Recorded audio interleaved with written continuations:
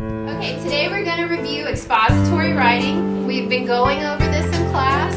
We've been studying this. Now we're going to have a test here pretty soon, so I want to make sure that you know. So, in expository writing, what's the first thing you need to do in your introduction? Does anybody remember? Remember, expository writing is informational writing. So if I'm going to write something informational, the first thing I need to do in the introduction is called the hook.